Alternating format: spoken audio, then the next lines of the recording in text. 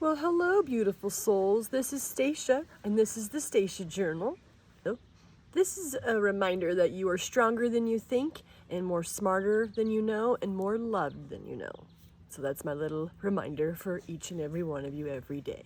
Daily message is, I will not let fear make my decisions for today. I will not let fear make my decisions for today.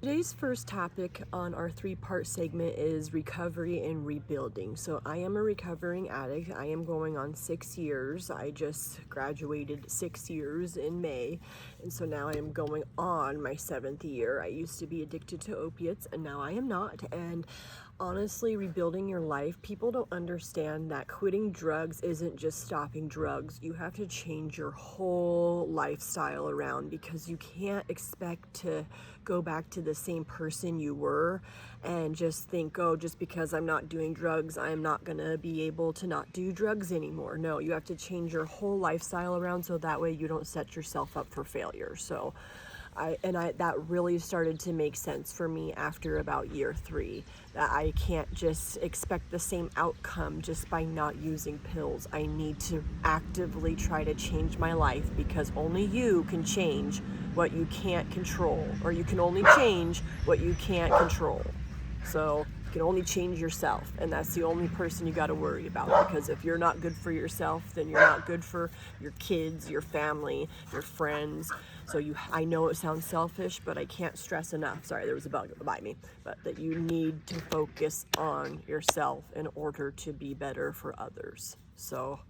And how do I handle people and my old self? So it's kind of hard, because right now I'm going through family trauma, and I used to lie a lot as a kid. So a lot of people expect me to just over exaggerate and still lie. But this last 6 years, I made a vow to myself that I would be overly honest. And my grandma sometimes says to me, like, Stacia, you didn't have to tell me that. And it's like, well, she'd rather me be overly honest, she said, than not be honest with her at all. So, and that's hard though for other people, because thank God my grandma's around me, thank God my boyfriend's around me. Like, other people believe what I'm going through, and my friends, but my family who lives 5 hours away or 1 hour away, they just want to believe everything's okay. So, and I understand that, because it's better just to believe everything's okay rather than to have to deal with what's really going on. So that's one of my things that I really vowed to myself of changing, because there's going to be times where people really think that you are still the same, like you're still someone that lashes out and freaks out and stuff, and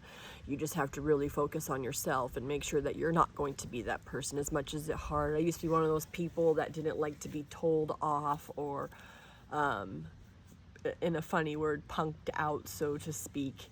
And I know that's a funny term, but that's what I've had to tell people, that if they remember the old Stacia, that's fine. This is the new and improved Stacia, and if you don't know her, then too bad, because you don't get to know her if you're going to still be treating me like that. So, but I had to understand, I gave them that to treat me like that. You only are treated how you treat other people, or how you want to be treated. So sometimes people could be very rude to you. Well, you better put them in their place and show them why they can't be rude to you. So that's where I vow myself in my recovery to.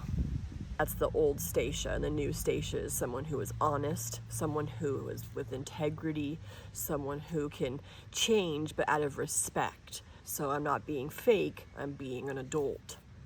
The only pattern I'm trying to break from that too is my family likes to have their head in the clouds. And what's interesting to me is, growing up, I love my mom now. We have the best relationship ever, but for the first 33 years, she would play everybody against everybody, and it just got very hard, and I'm so thankful she does not do that now. And what's so mind-boggling is, like, the tables have turned a little bit to where my family just wants to believe the words that's going on. Just like how, for instance, my dad's classmates, or not classmates, he moved out of his small town, and what was very ironic is his buddies moved to Spokane with him and started to believe my mom, that my mom was saying that my dad was beating her up, and my dad was never beating her up. I mean, he was never doing anything horrendous to my mom. And what was really sad, though, is afterwards all of his friends believed my mom, and they turned on my dad, and they knew my dad more. And so that's where, when I explained to my dad and my aunt, like, I promise you, I'm not just trying to get you over here for no reason. I just care about my grandma, and they care about my grandma too, but they want to believe everything's okay. So with that being said, I want to break that family pattern. And you know what? If my niece tells me SOS, I need help, I'm just gonna have to see it through. Even if, like, she has me look crazy, I'd rather look crazy and come to their aid than leave them hanging. And I'm not saying that my family's leaving me hanging, it's just that they have to focus on themselves, I guess, right now, and I have to focus on Stacia. And like I was told from a very dear friend earlier, I'm just a granddaughter, so I'm not my grandma's daughter, I'm not my grandma's son, I'm not her kids, I'm just her granddaughter. So, and that's very hard because she's one of the main people who got me sober. Me and her are very codependent against each other, me and my grandma, because in a way I'm kind of like my dad and my aunt's younger sister, because they both kind of raised me in a way too, to where they all went through something with my mom that none of them ever experienced before. They've never experienced that kind of lifestyle. So, like, of the narcissism and all of the toxicity that my mom's family brought. Not my mom, my mom's parents. It was her parents. So that's a family pattern I want to break. Is just, I want to be honest, even if it's shitty, even if it sucks. I want to be honest. So that's my message for today. I want people, I know I'm just rambling on, but I talk because I want other people to know you're not alone with your family issues or your recovery or your any aspect. You could be recovering from food, from a relationship, from a situation that just wasn't good for you. I'm sorry, I'm looking around because I see these two butterflies moving around together, and it's just very, very cool for me because I believe in reincarnation. So I believe that's my grandpa and my daughter's uncle flying around as a butterfly. I know that sounds so crazy, but whatever, I don't care. But anyway, but just all in all of us go through some sort of battle.